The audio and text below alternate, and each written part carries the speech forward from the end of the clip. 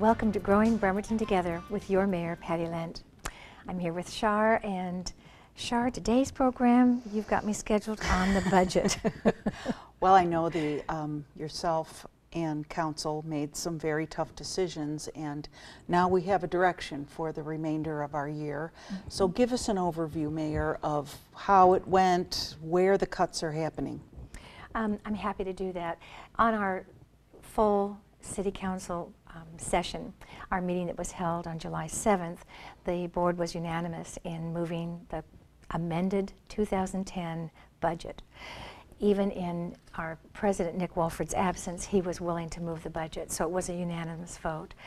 And it wasn't easy. It was very difficult for us to go through each of our departments and to work with our bargaining units on making concessions so that we could finish out this year.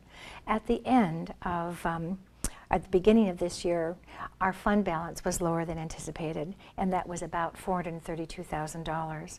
Our projected revenue shortfall actually reached $2.4 million.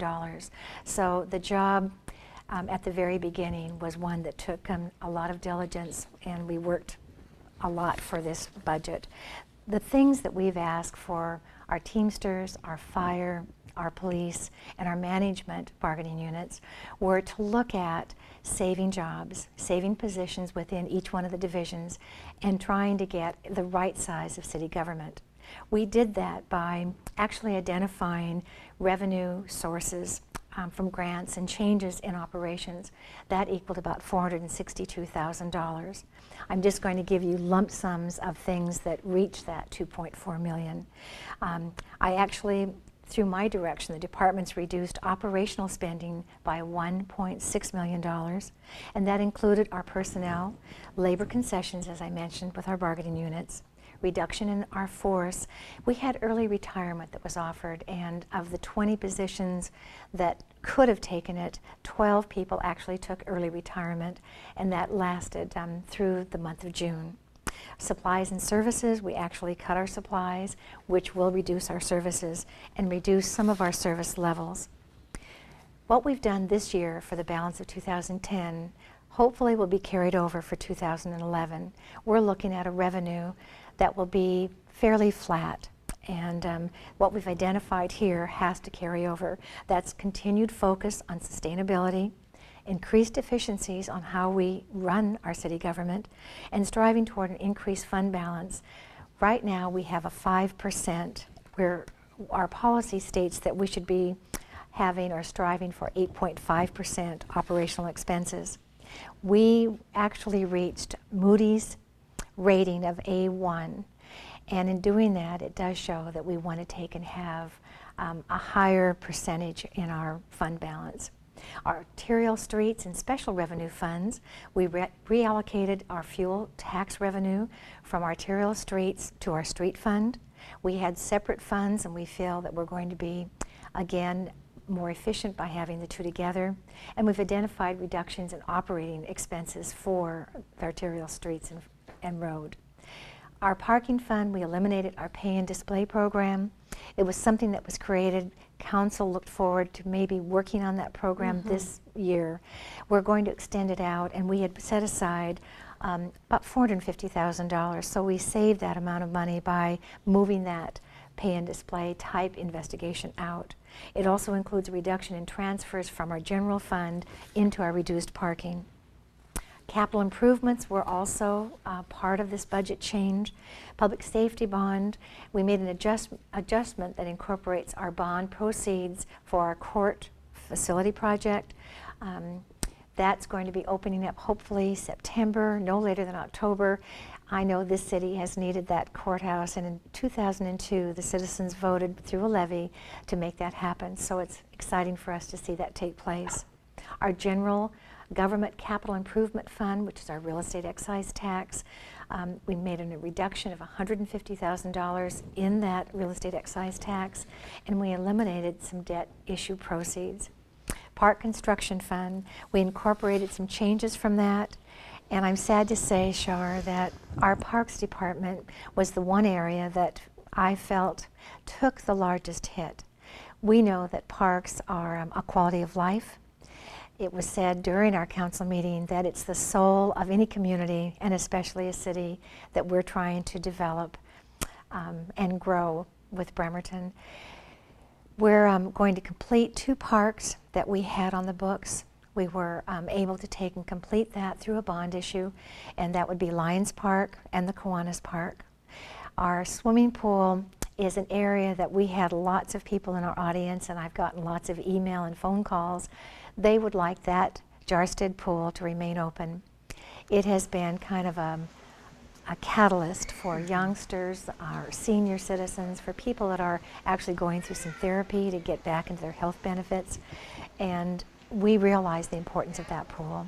The city was actually losing about $200,000, or we were subsidizing the pool over the last few years, I should say several years, to the point of about $200,000. With today's economy and our flat revenue, we just felt that we had to do something, so we're working out an agreement, and through the time that you will be seeing this program, up until September, we're hoping to have a final agreement with the YMCA. They've always had a pool. We think that our pool is instrumental in the programs that they have. We just want our citizens to also be able to utilize it.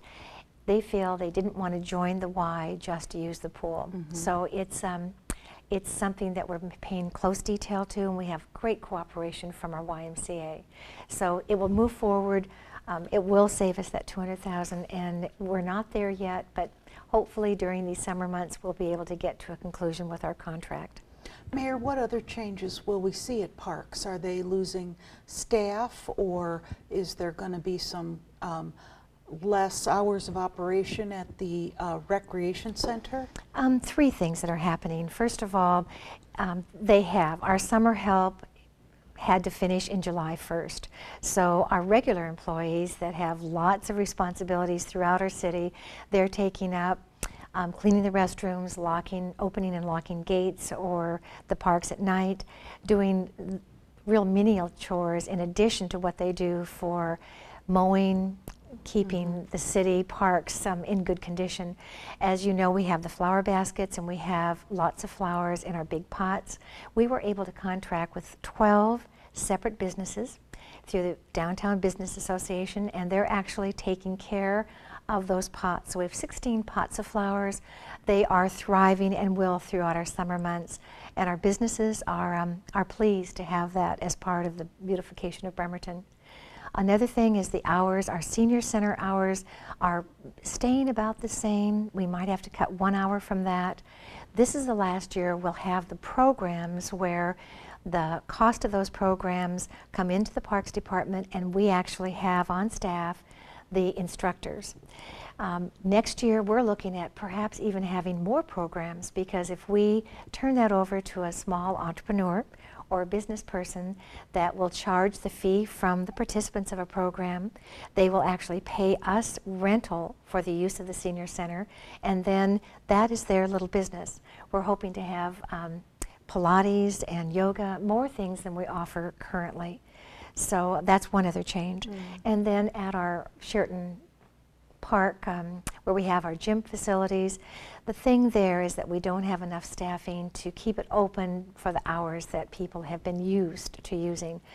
We're using volunteers, and we're doing everything that we can. Those are the areas that we feel are taking the biggest cut, and that will be a service that our citizens haven't been used to having to back away from.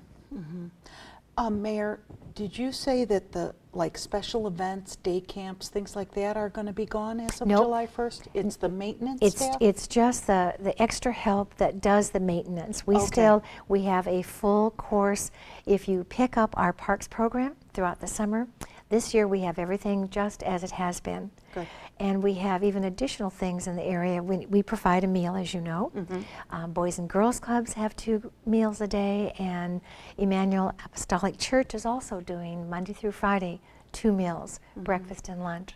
So there are ways that they can actually get information about our youth, that both parents work, and we have some solid, good meals that would be provided. Good. So the summer will go through pretty normal. You're not going to see a change. Great. Well, that's good, kind of good news, bad news.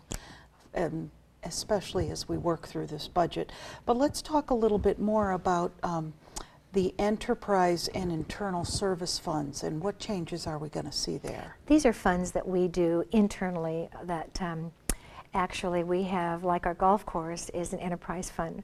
The funds made when you go out to golf, and whether you buy something to eat or if you have green fees or rent a cart, that money goes in and is to sustain itself.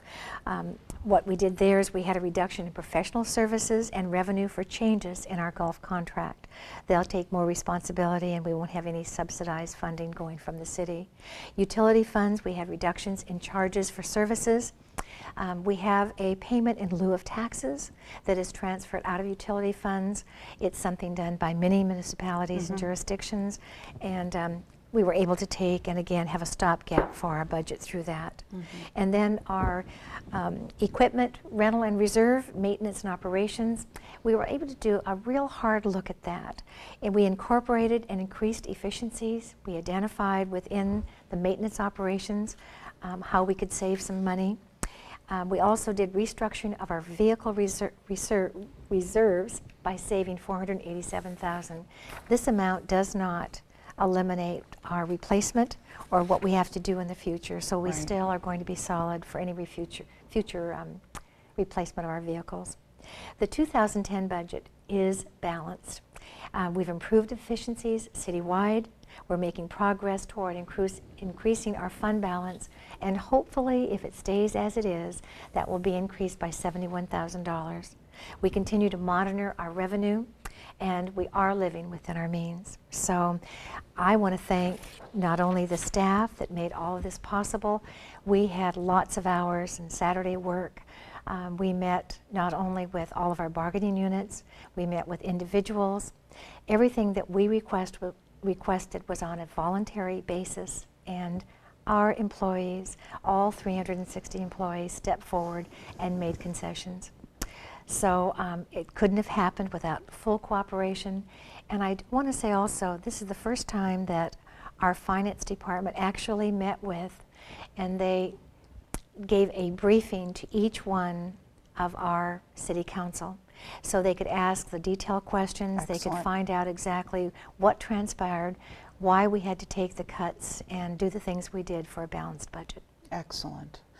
Very, very hard work, and hopefully things will get easier, although I think in our crystal ball we don't see that really happening in next year, but as we get lean and mean. We look at next year being just about as flat as this.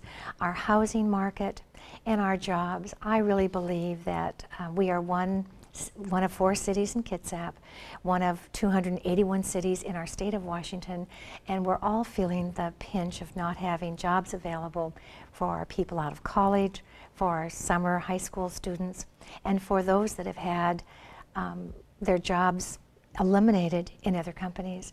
We've had some company closures, and as the market turns and we try to bring more things in that will put people to work, that's another way that we'll bring that revenue in that's missing. Great. Well, let's take a break, Mayor, and when we come back we'll talk about happy stuff. That'll be great. Please stay with us.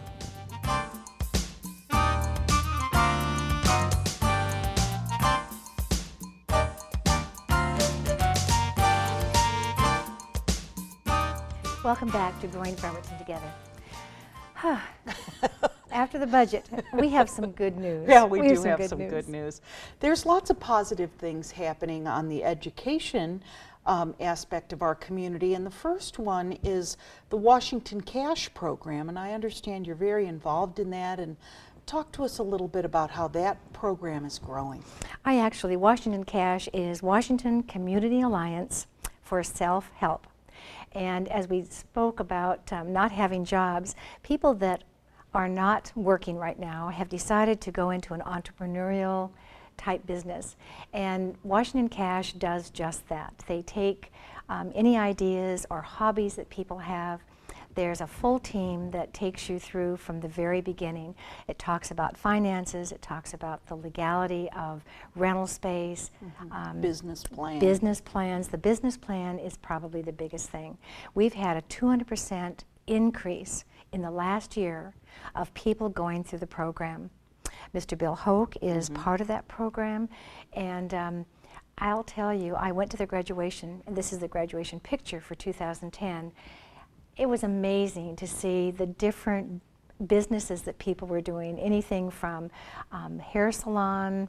There was a truck driver that had a hauling business. We had catering services. We had dog grooming, massage therapy, a variety of things. And so this is something that if people are looking at getting into some kind of a business and they want to know how to develop an LLC, a single business entity or a partnership, this is where you can get that information and move some kind of a product or service forward. So some people start out in their houses. As you know, Bill Gates started out in his garage, and our own Safe Boats started out in a garage with 2 or 3 people. They now have 300 employees. So Washington Cash is a good news. That is good news. Well, let's talk about Olympic College, because they have lots of changes going on. First of all, I guess their enrollment is also increasing. So as people are out of the workforce, they're going back to school. We had the largest graduation this year. They had 1,400, thank you. I'd like it to 14,000 would be really big. 1,400 people actually graduated from Olympic College this year, and that was up 14% from last year and 15% up from 2008. We have an increase of 17% for next year. That is really what is sustaining our Olympic College. They have, with that high tuition, with the tuition pricing and that high enrollment, they are really sustaining what they have. I was able to go to their latest building, the ribbon cutting, and in this picture you're going to see Representative Fred Finn. He's with the president of the College Foundation, or trustee, and that's Pete Crane, Alice Teresi, and Bev Cheney. It is probably, it was built green. They're going for the gold. It has to have occupancy for several months, I think perhaps up to a year, to monitor and see how the efficiencies are with the electrical, the energy, and then they're hoping to be a gold building, which is wonderful. That'll be our second one here in C. So Olympic College Humanities and Student Services Building. Yeah, very, very nice. It's just part of their growth. They really have a long-range plan. I'd like them to start having their meetings also in the mayor's, in my conference room, because they have this long-range plan, and it's they're really doing well. It goes out for 20 years. It is going to be one of the best campuses, I think, of any community college. There has been a real major transformation at Olympic College, new buildings, and as you see from, as you travel Warren Avenue, there are some houses that are gone. So there's going to be a new traffic pattern to help Olympic College. So let's talk about that, Mayor. Well, what the city and the college have done, we're working collaboratively. We would like to take and change our driving habits. And this is going to be hard to do, and I have to admit to you that I take the same route by turning on 16th, going through the college campus, and ending up Broadway, going down Broadway. Going down Broadway. Ending on 13th and going in front of Bremerton High School, and then out. So in order to change that, with all the new, as you know, we have these new students that are there, walking back and forth. It's extended where their parking is. For a safety, we would like to take and have people turn on 13th. We're going to remove the stop sign, so 13th it will be a thoroughfare, you might say. It'll be a straight through to Bremerton High School. You just won't be able to go along Broadway where it cuts through the campus. And it really is a safety feature. We've met with the college. We've got this one diagram. We're going to be meeting between now and the end of July with the school board and get their feeling, because Bremerton School District has lots of kids that are driving that take that same route for Bremerton High School. Right. So it's a major change. We're going to try it. If not, we can always put a light at 13 that allows traffic to turn left now onto Warren Avenue. That's our last resort. If we can do something with some signage and removing that stop sign, so we change that that traffic pattern. It's not going into effect, well, it might go into effect by August during the summer months, but we need to have make sure that our citizens are aware. We're going to post it in the newspaper. So this is the first time that our citizens will have a chance to actually see what the changes are being proposed. Well, that's going to be a big habit changer for everyone. But there's also, Mayor, as we're talking about traffic, there's big changes on 11th and Warren. The old Campfire Girl Scout building is gone. Within 2 days. And we're gonna, that whole, as people get onto 11th, is gonna be totally changed and rerouted. That is a traffic pattern that has backed up the traffic. I think that's part of the reason people cut through the college campus, is they can see ahead that there's a long wait, and they want to take a shortcut. What we're doing is we have 2 other houses that belong to the city. We'll have those down by the end of July. That will allow us to have a much longer right-hand turn lane.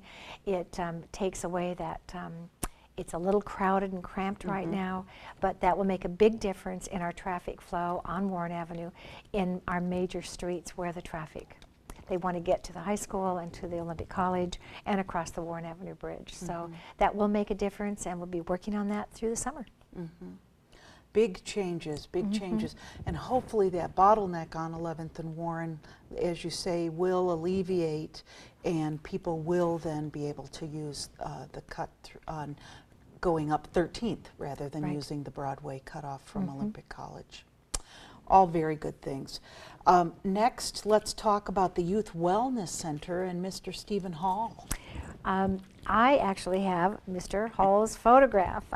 He's a graduate from Bremerton High School, one of our own, and he's as famous as Marvin Williams.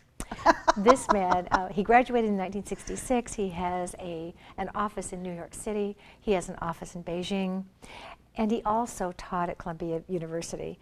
He wants to leave some kind of a legacy in our own Bremerton. So the area where there's 44 acres up where East Bremerton High School used to be, we're going to take and utilize that land, and we're just in the planning stages. Again, we're working with the school district. We're working with some private and some public entities to take and have this youth wellness center. He actually made a proposal with our former mayor, Carrie Bozeman, and they had decided at a different spot with not quite as much room, but we think we've got just the ideal thing. We'll be doing some planning. We'll be going out and getting our citizens involved in this so that they have a say in how this is determined. We do have a comprehensive plan for that area, and we want to take and extend it, be sure that our zoning is correct. So it's something that we're in that planning stage. Now that our budget's done, we're now doing some exciting things within our city. There's also the picture that you can see some of the things that are going on with our Youth Wellness Center. The Boys and Girls Club have decided that this will be appropriate. The gym itself is classic. Yep. It is major. And it's intact. It's intact, and it's just as pristine as when it was built. They've taken very good care of that gymnasium. And the smaller gym, practice gym alongside, is actually the size of Gig Harbor's gym that they have with their YMCA. Oh, interesting. So we have such an asset. We hate to lose it. We're looking for some dollars to actually demolish those buildings.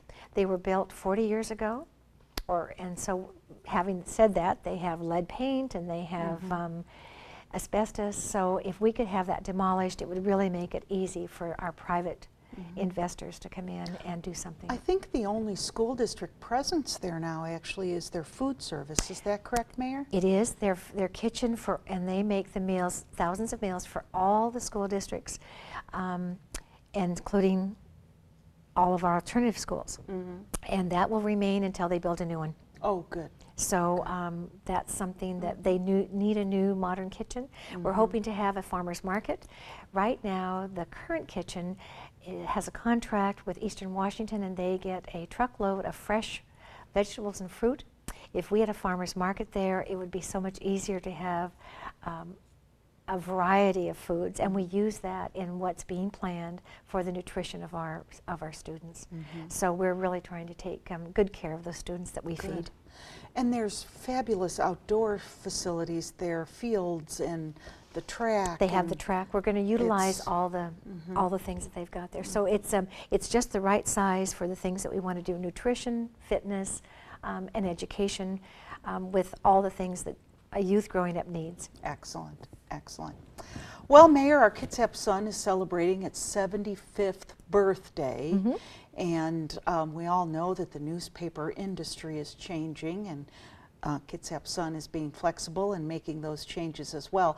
But there's a cool kind of arty thing going on with their paper vendor boxes.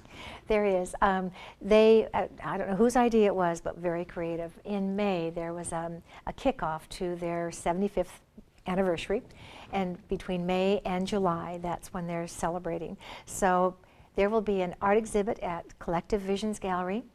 It will start July 15th and carry through August 1st, and all these vendor boxes or paper boxes where you put in the quarter have been decorated by different local artists. It should be a dynamite exhibition, so we invite all the people down to not only see other art that's on display, but to celebrate the 75th anniversary. Very good. So, Mayor, are you getting to take any vacation this summer now that the budget's done? I'm actually going to leaving. get on the motorcycle? Not on the motorcycle. I'll do that on a weekend. I've got 10 days, and and Doug and I are going to go to Halifax, Nova Scotia, and visit family. And that's on my list. so I'll be back for my August presentation. Excellent. Hopefully you've enjoyed some of the good things going on, and join us next time with Growing Bremerton Together and your Mayor, Patty Lent.